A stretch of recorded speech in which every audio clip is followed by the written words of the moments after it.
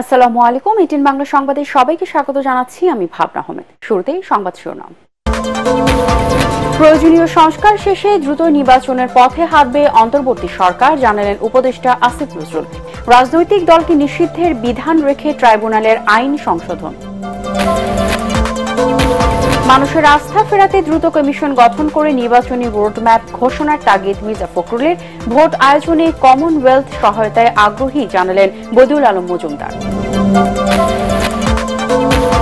অন্তর্বর্তী সরকার ছাড়া দেশকে কেউ বিগত সরকারের জঞ্জাল মুক্ত করতে পারবে না, মন্তব্য অর্থ উপদেষ্টার। কোনো ব্যাংক বন্ধ না হওয়ার আশ্বাস।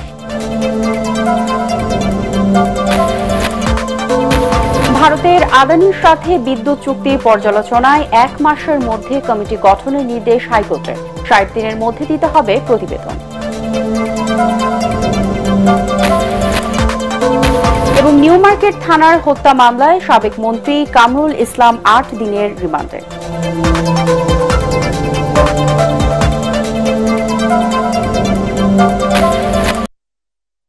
শুনছিলেন সংবাদ শিরোনাম, এবারে বিস্তারিত। অন্তর্বর্তী সরকার ছাড়া আওয়ামী লীগ সরকারের রেখে যাওয়া জঞ্জাল থেকে কেউ দেশকে মুক্ত করতে পারবে না বলে মন্তব্য করেছেন অর্থ উপদেষ্টা সালেউদ্দিন আহমেদ। তিনি বলেন, আগের সরকারের জঞ্জাল আমাদের কাঁধে চেপে বসেছে। বিদেশি উন্নয়ন সহযোগী সহ দেশের মানুষরাও বিশ্বাস করেন অন্তর্বর্তী সরকার ছাড়া ওসব জঞ্জাল আর কেউ সরাতে পারবে না। সচিবালয়ে অর্থ মন্ত্রণালয়ে আয়োজিত এক সংবাদ সম্মেলনে উপদেষ্টা এসব কথা বলেন। অর্থ উপদেষ্টা আরও বলেন, অন্তর্বর্তী সরকার এমন সংস্কার করে যাতে পরবর্তী সময়ে কেউ টাকা চুরি, অর্থ পাচার ও ব্যাংকের টাকা লুট করতে ভয় পায়। এ সময় কোনো ব্যাংক বন্ধ না করা হবে না জানিয়ে তিনি বলেন, কিছু ব্যাংক হয়তো দুর্বল রয়েছে, তবে গ্রাহকরা ব্যাংকে গিয়ে টাকা পাবে না, এটা মোটেও গ্রহণযোগ্য নয়। আর্থিক খাতের বিপদের দৃষ্টিতে যেমন আমি বলি যে আমাদের এডিপিটা আমরা অলরেডি দেখছি কোন কোন এডিপি রাজনৈতিক বিবেচনা বা অহেতুকভাবে নেওয়া হয়েছে। অতি প্রয়োজনীয় কিছু সংস্কার করে অন্তর্বর্তী সরকার দ্রুতই নির্বাচনের পথে হাঁটবে বলে জানিয়েছেন আইন উপদেষ্টা আসিফ নজরুল। হাইকোর্ট বিভাগ ও আপিল বিভাগে বিচারক নিয়োগে আইন করা হচ্ছে। 2 সপ্তাহের মধ্যেই এই আইন প্রণয়ন সম্ভব হবে বলেও জানান তিনি। দুপুরে সচিবালয়ের সরকারের 100 দিন উপলক্ষে আয়োজিত সংবাদ সম্মেলনে তিনি বলেন, হয়রানিমূলক মামলা নিয়ে সরকার বিব্রত, এসব বন্ধের উপায় খোঁজা হচ্ছে। আইন উপদেষ্টা আরও বলেন, যে কোনো রাজনৈতিক দলকে নিষিদ্ধের প্রস্তাব করতে পারবে ট্রাইব্যুনাল, এমন বিধান রেখে আন্তর্জাতিক অপরাধ ট্রাইব্যুনাল আইন সংশোধনের প্রস্তাব করা হচ্ছে। তিনি বলেন, সরকার নমনীয় আচরণ করায় অনেক ক্ষেত্রে আন্দোলনকারীরা পেয়ে বসছেন। এ সময় তিনি জানান, শেখ হাসিনা ভারত থেকে বের হয়ে তৃতীয় কোনো দেশে গেলেও তাকে যেন ফেরত আনা যায়, সেজন্য ইন্টারপোলের রেড অ্যালার্ট জারি করা হয়েছে। এই আইনের অধীনে যে সমস্ত স্পিচ অফেন্সের, কথা বলার অপরাধে যেই সমস্ত মামলা হয়েছিল, অভিযোগে যে সমস্ত মামলা হয়েছিল, স্পিচ অফেন্স হয়রানিমূলক ছিল এই মামলাগুলা, সেই মামলাগুলা একসাথে রহিত হয়ে যাবে বা উইথড্রন হয়ে যাবে। এই আইনটা বাতিল হওয়ার সাথে সাথে সাইবার সুরক্ষা আইন নামে একটা আইন করা হবে, যেখানে কম্পিউটার এবং হ্যাকিং রিলেটেড অফেন্সগুলার বর্ণনা থাকবে। এই কম্পিউটার এবং হ্যাকিং রিলেটেড অফেন্সগুলো আমরা অব্যাহত রাখবো, এটা আপনাদেরকে বলেছি। না হলে দেশের তথ্য প্রযুক্তি যে নিরাপত্তা, সেটা মারাত্মকভাবে বিঘ্নিত হবে। নির্বাচন কমিশন গঠন করে দ্রুত জাতীয় নির্বাচনের রোডম্যাপ ঘোষণার মাধ্যমে জনমনে আস্থা ফিরিয়ে আনতে অন্তর্বর্তী সরকারের প্রতি আহ্বান জানিয়েছেন বিএনপি মহাসচিব মির্জা ফখরুল ইসলাম আলমগীর। জাতীয় প্রেস ক্লাবে আলোচনা সভায় তিনি বলেন, এ লক্ষ্যে রাজনৈতিক দলগুলোর সাথে দ্রুত আলোচনায় বসা উচিত। দাবি আদায়ের নামে রাস্তার অবরোধ, বিশৃঙ্খলার সুযোগ নিতে পারে পরাজিত শক্তি, এমন আশঙ্কা করে সবাইকে সতর্ক থাকার আহ্বান জানান বিএনপি মহাসচিব। রিপোর্ট মইনুল হাসানের। রাজনৈতিক দলগুলোর শতচেষ্টার পরও শেখ হাসিনা বিরোধী আন্দোলনের সাফল্য অর্জন সম্ভব হয়নি। শেষ পর্যন্ত ছাত্র জনতার গণ আন্দোলনে দেশ স্বৈরাচার মুক্ত হয়েছে। সম্মিলিত পেশাজীবী পরিষদের আলোচনা সভায় রাজনীতিবিদ ও পেশাজীবী নেতারা একথা বলেন। বিএনপি মহাসচিব দাবি আদায়ের নামে সড়ক অবরোধ, জনদুর্ভোগের কথা স্মরণ করিয়ে দিয়ে কেউ যেন ঘোলা পানিতে মাছ শিকার করতে না পারে, সে বিষয়ে সবাইকে সতর্ক থাকার আহ্বান জানান। ফ্যাসিবাদীর যারা আপনার মিত্র, তারা তো এই সুযোগগুলি নেবে। সে নেওয়া শুরু করেছে। কথা নাই বার্তা নাই, ঠিক এই সময় আপনার সমস্ত দাবি চলে আসছে। এতদিন যে ফ্যাসিস্ট ওদেরকে পিষলো, পায়ের নিচে রেখে দিল, তখন কেউ কথা বললো না। ওরা জিজ্ঞেস করে বলে তখন কথা বলার সুযোগ ছিল না, এখন তো সুযোগ পেয়েছি, এখন বলছি। মির্জা ফখরুল ইসলাম আলমগীর বলেন, দেশে স্থিতিশীলতা ফিরিয়ে আনতে দ্রুত জাতীয় নির্বাচনের মাধ্যমে জনগণের নির্বাচিত প্রতিনিধির কাছে ক্ষমতা হস্তান্তরের কোনো বিকল্প নেই। নির্বাচন করছি তো জাতির স্বার্থে, বিএনপির স্বার্থে তো করছি না। আর সংস্কারের প্রস্তাব আমরা দিয়েছি, ওটা দেখেন কোনটা কোনটা নেবেন, কোনটা কোনটা নেবেন না। অন্যান্য দলগুলো দিয়েছে, ফোকাস একটাকে করুন। ইলেকশন কমিশনকে ঠিক করে, প্রশাসনকে ঠিক করে, বিচার ব্যবস্থাকে ঠিক করে নির্বাচনের দিকে যান। নির্বাচিত হয়ে আসতে পারলে আমরা একা দেশ চালাবো না, আমরা একটা জাতীয় সরকারের মধ্যে সমস্ত দলগুলোকে নিয়ে, যারা আমাদের সঙ্গে আন্দোলন করেছে তাদেরকে নিয়ে আমরা দেশ চালাবো। এদিকে দলের প্রশিক্ষণ কর্মসূচির উদ্বোধন করতে গিয়ে স্থায়ী কমিটির সদস্য ডক্টর মঈন খান বলেন, সংস্কার একটি চলমান প্রক্রিয়া, তাই সংস্কারের নামে মানুষকে দীর্ঘদিন ভোট বঞ্চিত করে রাখা গ্রহণযোগ্য হবে না। সুষ্ঠু নিরপেক্ষ নির্বাচনের জন্য যে সংস্কারগুলো অত্যাবশ্যকীয় প্রয়োজন, সেই সংস্কারগুলো সম্পাদন করে একটি সুষ্ঠু নিরপেক্ষ নির্বাচন দিতে হবে। রাজধানীর ডিপ্লোমা ইঞ্জিনিয়ার্স ইনস্টিটিউশন মিলনায়তনে রাষ্ট্র কাঠামো মেরামতের 31 দফা ও জনগণকে সম্পৃক্ত করা নিয়ে ঢাকা বিভাগীয় প্রশিক্ষণ কর্মশালায় বিএনপি ও অঙ্গ সংগঠনের নেতারা অংশ নেন। মইনুল আহসান, এটিএন বাংলা, ঢাকা।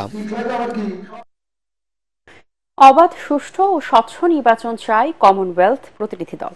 ভোটের মধ্য দিয়ে এদেশের জনগণের মতামত প্রতিফলিত হবে, এমনটাই প্রত্যাশা সংস্থাটির। রাজধানীর আগারগাঁওয়ে নির্বাচন কমিশন ভবনে নির্বাচন সংস্কার কমিশনের সাথে বৈঠক শেষে কমনওয়েলথের সহকারী মহাসচিব একথা বলেন। বাংলাদেশের নির্বাচনে কমনওয়েলথ সহায়তা করতে আগ্রহী বলেও জানান কমিশন প্রধান ডক্টর বদিউল আলম মজুমদার। রিপোর্ট করছেন ঐশী গোস্বামী প্রমা। বাংলাদেশের নির্বাচন ব্যবস্থা নিয়ে সংস্কার কমিশনের সাথে বৈঠক করে কমনওয়েলথের 6 সদস্যের প্রতিনিধি দল। বৈঠক শেষে নির্বাচন কমিশনের প্রধান ডক্টর বদিউল আলম মজুমদার বলেন, বাংলাদেশের নির্বাচনে সহায়তা করতে আগ্রহী কমনওয়েলথ। তারা চায় অবাধ, সুষ্ঠু ও নিরপেক্ষ নির্বাচন। আমাদের নির্বাচনী ব্যবস্থা সম্পর্কে তারা জানতে আগ্রহী এবং আমাদের সাথে অনেক কিছু মতামত আদান প্রদান হয়েছে। তো ওনারা চাচ্ছেন যে আমাদের দেশে একটা সুষ্ঠু নিরপেক্ষ নির্বাচন হোক এবং এই নির্বাচন সুষ্ঠু নিরপেক্ষ নির্বাচন নিশ্চিত করার ব্যাপারে ওনারা সহায়তা করতে চান। কমনওয়েলথের সহকারী মহাসচিব জানান, সংস্কার কমিশনকে সব ধরনের সহায়তা দিতে প্রস্তুত তারা। 56 countries are always yearning and looking for free, fair and transparent elections. I think that's the lesson. That's where we can bring the experience from other countries to help, and that's the experience Bangladesh will have to help other countries as well. I think that's the target. Free, fair, transparent elections which reflect the will of the people. সংস্কার শেষে সুষ্ঠু ভোটের মধ্য দিয়ে এদেশের জনগণের মতামত প্রতিফলিত হবে, এমনটাই প্রত্যাশা সংস্থাটির। Thank you. Oishi Goswami Proma, ATN Bangla, Dhaka. ভারতের আদানি গ্রুপের কাছ থেকে বিদ্যুৎ কেনা সংক্রান্ত চুক্তি পর্যালোচনা, যাচাই বাছাই করার জন্য একটি উচ্চ ক্ষমতা সম্পন্ন তদন্ত কমিটি গঠন করার নির্দেশ দিয়েছে হাইকোর্ট। একই সাথে পুনর্বিবেচনার সুযোগ না থাকলে দেশের স্বার্থবিরোধী এই চুক্তি কেন বাতিল করা হবে না তা জানতে রুল জারি করেছে আদালত। বিচারপতি ফারাহ মাহবুব ও বিচারপতি দেবাশিস রায়চৌধুরীর দ্বৈত বেঞ্চ এ বিষয়ে করা রিটের প্রাথমিক শুনানি শেষে এ আদেশ দেন। রিটকারী আইনজীবী হাইকোর্টে শুনানিতে বলেন, এই চুক্তিতে বাংলাদেশের কোনো স্বার্থ রক্ষা করা হয়নি, আদানির স্বার্থ দেখাতে হয়েছে। পরে হাইকোর্ট এই চুক্তির সকল নথি 1 মাসের মধ্যে দাখিল করতে বলেছেন। 1 মাসের মধ্যে একটি বিশেষজ্ঞ কমিটি গঠন ও 2 মাসের মধ্যে প্রতিবেদন হাইকোর্টে দাখিল করতে নির্দেশ দিয়েছেন। এ সময় সবার আগে দেশ উল্লেখ করে দেশের স্বার্থ রক্ষার প্রতি গুরুত্ব দেন হাইকোর্ট।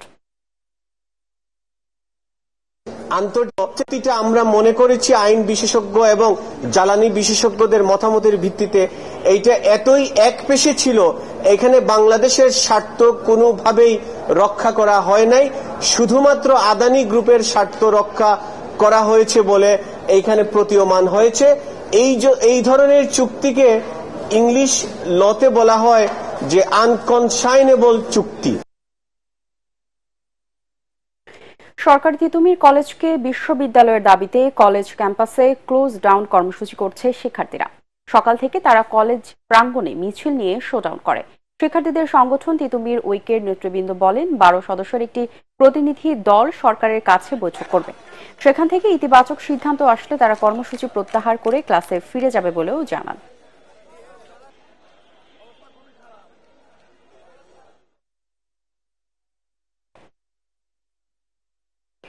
দর্শক, এই মুহূর্তে মহাখালীর আমতলীতে আছেন আমাদের সহকর্মী খায়রুল ইসলাম। আমরা সরাসরি চলে যাচ্ছি তার কাছে। খায়রুল, সকাল থেকে অবরোধের ঘোষণা দিয়েছিলেন শিক্ষার্থীরা, সেখানকার সবশেষ পরিস্থিতি আমাদেরকে জানান।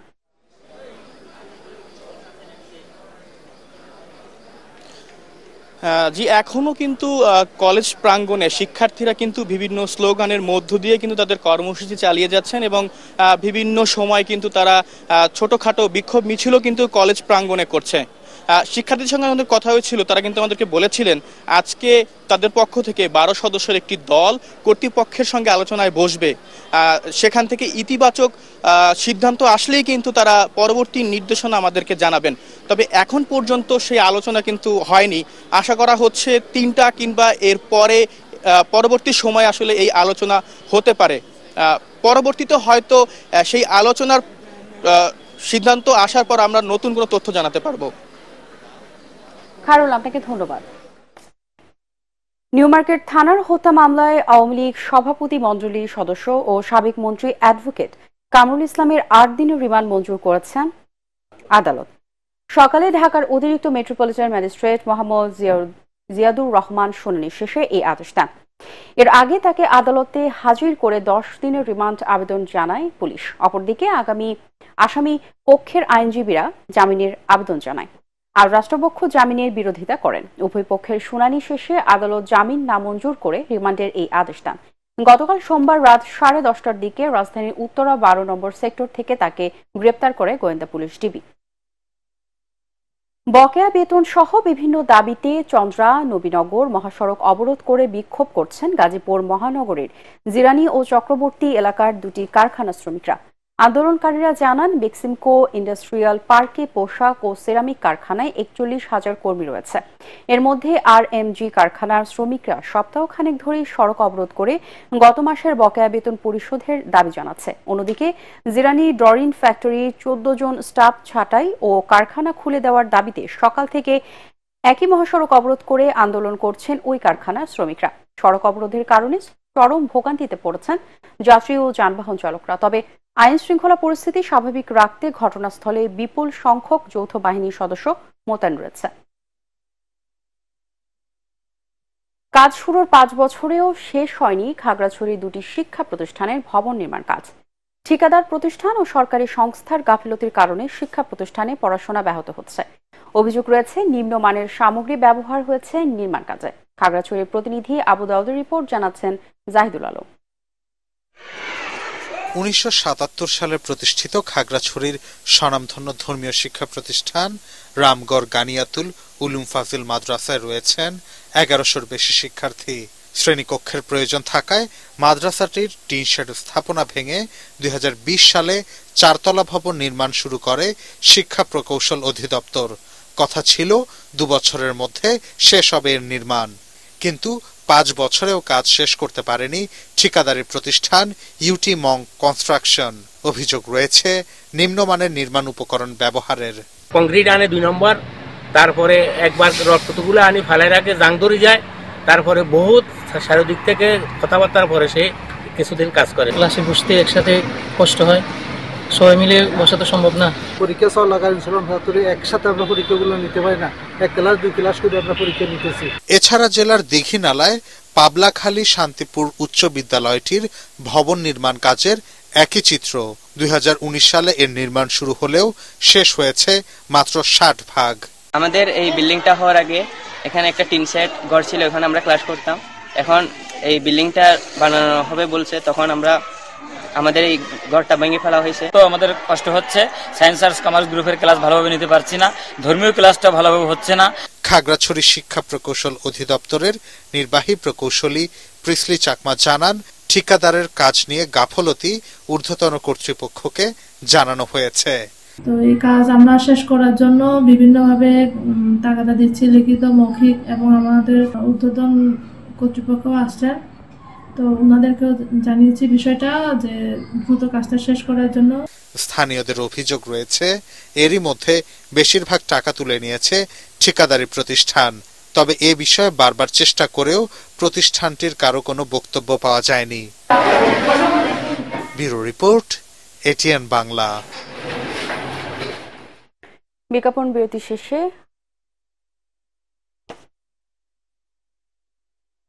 চট্টগ্রামের কালুরঘাট শিল্পাঞ্চলের বন্ধ একটি কারখানা 200 কোটি টাকার মালামাল লুট করেছে দুর্বৃত্তরা। কারখানার দেওয়াল ও গেট ভেঙে মালামাল নিয়ে যায় তারা। এ সময় দুর্বৃত্তরা সিসি ক্যামেরা ভাঙচুর করে আগুন দেয় প্রশাসনিক ভবনেও। এ ঘটনায় দুজনকে আটক করেছে পুলিশ। চট্টগ্রাম থেকে আরো জানাচ্ছেন সৈয়দ তামিম মাহমুদ। গেল 5 আগস্ট ছাত্র জনতার অভ্যুত্থানের পর কালুরঘাটের বেস টেক্সটাইল লিমিটেডে ছোটখাটো চুরি হলেও গেল 20 দিনে লুট হয়েছে 100 কোটি টাকার যন্ত্রপাতি। দরজা জানালা থেকে শুরু করে washing plant, fire safety equipment সহ লুট হয়েছে মাঝারি থেকে ভারী যন্ত্রপাতি। এমনও হতে পারে যে আমাদের ফ্যাক্টরিরই পুরনো কোনো কেউ যারা জানে যে কোনটা কোথায় কিভাবে সেট করা আছে, মেশিনের যে দামি পার্টটা যেখানে কন্ট্রোলার, সেন্সর এবং মোটরগুলো, ওরা খুব সুন্দরভাবে খুলে নিয়ে গিয়েছে। প্রফেশনাল লোক এটা কাজটা করেছে ওরা, যাতে এটা ওরা সেল করতে পারে। আমাদের তো এখন 200-300 মেশিন ছিল, ওইগুলো প্রায় নিয়ে গিয়েছে। এখন যা আছে সব ধরতে গেছে খোলস, ভিতরে কিছু নেই, মূল জিনিস কিছু নেই, সবগুলো ওরা নিয়ে গেছে। এখানে আমাদের ডাইং মেশিন নিয়ে গেছে, ডাইং মেশিন পার্টস নিয়ে গেছে, ওদিকে জেনারেটর নিয়ে গেছে। এই ঘটনায় আতঙ্কের মধ্যে রয়েছে কারখানার নিরাপত্তা কর্মীরাও। গেট দিয়ে ঢুকি গাড়ি ঢুকিয়ে ভরে নিয়ে গেছে। ও বাধা দিলে আমরা চাকু দিয়ে জিম্মি করে রাখে। 20-30 জন 40 জন লোক আসে, তো আমরা 27 জন লোক কি করবো? যদি আমরা তো কিছু অস্ত্র থাকতে জীবনের মাইয়া থাকলে আমরা কি চেষ্টা করি। ওয়াল ভেঙে বিভিন্ন জায়গা দিয়ে ঢুকে ফ্যাক্টরি লুটপাট করে। এখন পর্যন্ত দুজনকে আটক করেছে পুলিশ। আমরা একটা অভিযোগ পেয়েছি, এই অভিযোগের ভিত্তিতে একটা মামলা নিয়েছি। আমরা মামলা নেওয়ার পর আমরা দুজন আসামি গ্রেপ্তার করেছি এবং কিছু আলামত উদ্ধার আছে, অভিযান অব্যাহত আছে। 2 বছর আগে কারখানাটিতে উৎপাদন কমে গেলে বন্ধ হয়ে যায় তৈরি পোশাকের ইউনিটটি। পরে টেক্সটাইল ইউনিটের অফিস কার্যক্রম চললেও চলতি বছর মে মাসে পুরোপুরি বন্ধ হয়ে যায় টেক্সটাইল ইউনিটটিও। সৈয়দ তামিম মাহমুদ, এটিএন বাংলা, চট্টগ্রাম। ডাকবাক্স, গ্রামোফোন, পালকি, এক কাঠের নৌকা কিংবা ঢেকি, গ্রাম বাংলার হারিয়ে যাওয়া এমন 2000-এর বেশি প্রাথমিক ব্যবহারের জিনিসপত্রের সংগ্রহশালা গড়ে তুলেছেন কুমিল্লার এক স্কুল শিক্ষক। ব্যক্তিগত সংগ্রহকে তিনি রূপ দিয়েছেন জাদুঘরে। দেশ বিদেশে ঘুরে সংগ্রহ করা এসব ঐতিহ্যবাহী উপকরণ দেখতে প্রতিদিন কুমিল্লা নগরীর শিশু পার্কে আসেন অসংখ্য দর্শনার্থী। জীবনে প্রথম এসব জিনিসপত্র চোখে দেখে আত্মহারা নতুন প্রজন্মের তরুণ তরুণীরাও। কুমিল্লা প্রতিনিধি খায়রুল আহসান মানিকের পাঠানো প্রতিবেদন, জানাচ্ছেন তামান্না জানিফার।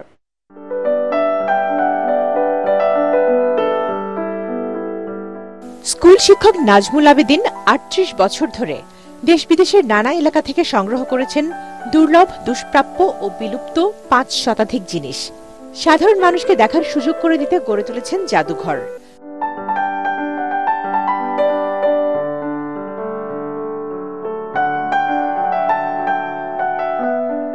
তার জাদুঘরে রয়েছে তৈজসপত্র, পুরনো 250টি নানান মডেলের তালা, টেপ রেকর্ডার, হাতি, উট ও মহিষের শিং, লাঙল, জোয়াল, মাছ ধরার চাই সহ 5 শতাধিক হারিয়ে যাওয়া ঐতিহ্যবাহী উপকরণ।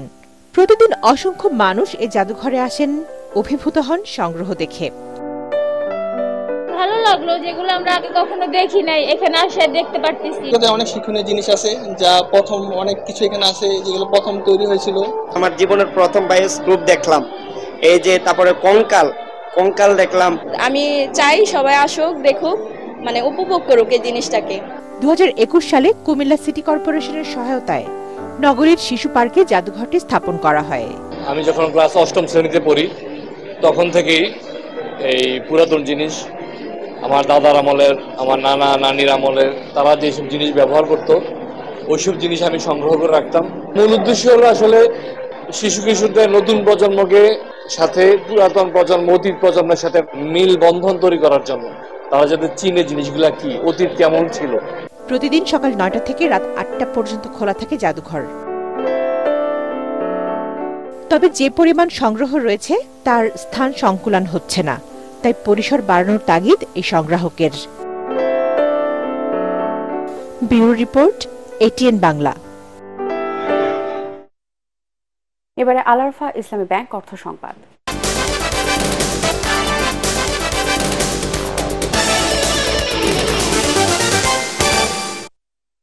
বিশ্ব টয়লেট দিবস উপলক্ষে স্যানিটেশন ও স্বাস্থ্যবিধির গুরুত্ব ও সচেতনতা বাড়াতে বিশেষ অনুষ্ঠান আয়োজন করেছে বাংলাদেশের সবচেয়ে জনপ্রিয় টয়লেট ক্লিনার ব্র্যান্ড হারপিক। অনুষ্ঠানে একটি প্যানেল আলোচনায় হারপিক ব্র্যান্ডের অ্যাম্বাসেডর নুসরাত ইমরোজ তিশা সহ এতে উপস্থিত ছিলেন ইউনিসেফের ওয়াশ বিশেষজ্ঞ মোহাম্মদ মুনিরুল আলম, সাজেদা ফাউন্ডেশনের ডেপুটি সিইও মোহাম্মদ ফজলুল হক এবং রেকিট বাংলাদেশের মার্কেটিং ম্যানেজার সাবরিন মারুফ তিনি।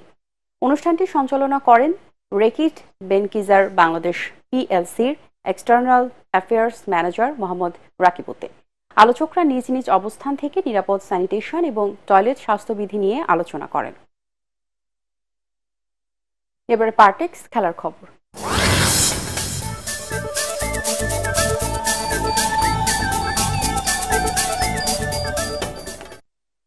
অ্যান্টিগায় ড্রতে শেষ হল ওয়েস্ট ইন্ডিজ একাদশ ও বাংলাদেশের মধ্যকার 2 দিনের প্রস্তুতি ম্যাচ। 1 উইকেটে 5 রান নিয়ে খেলা শুরু করে ক্যারিবীয়রা। বৃষ্টির কারণে পুরো ওভার খেলতে পারেনি দুদল, তবে 25 ওভার 4 বলে প্রতিপক্ষের 8 উইকেট তুলে নেয় টাইগার বোলাররা। পেসার নাহিদ রানা আর স্পিনার তাইজুল ইসলাম ছাড়া উইকেট পেয়েছেন সবাই। 1 ওভার 4 বলে 1 রান দিয়ে হ্যাট্রিক সহ 3 উইকেট নেন হাসান মুরাদ। ওয়েস্ট ইন্ডিয়ানরা 9 উইকেটে 87 রান তোলার পর ড্র মিলে নেয় দুদল। শেষ করার আগে সংবাদ শিরোনামগুলো জানিয়ে দিব আরো একবার। প্রয়োজনীয় সংস্কার শেষে দ্রুত নির্বাচনের পথে হাঁটবে অন্তর্বর্তী সরকার, জানালেন উপদেষ্টা আসিফ নজরুল। রাজনৈতিক দলকে নিষিদ্ধের বিধান রেখে ট্রাইব্যুনালের আইন সংশোধন। মানুষের আস্থা ফেরাতে দ্রুত কমিশন গঠন করে নির্বাচনী রোডম্যাপ ঘোষণার তাগিদ মির্জা ফখরুলে। ভোট আয়োজনে কমনওয়েলথ সহায়তায় আগ্রহী জানালেন বদিউল আলম মজুমদার। অন্তর্বর্তী সরকার ছাড়া দেশকে কেউ বিগত সরকারে জঞ্জাল মুক্ত করতে পারবে না, মন্তব্য অর্থ উপদেষ্টার। কোনো ব্যাংক বন্ধ না হওয়ার আশ্বাস।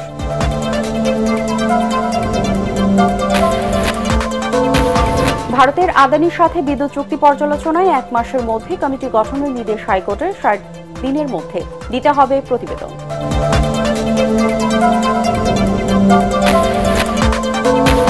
এবং নিউ মার্কেট থানার হত্যা মামলায় সাবেক মন্ত্রী কামরুল ইসলাম 8 দিনের রিমান্ডে।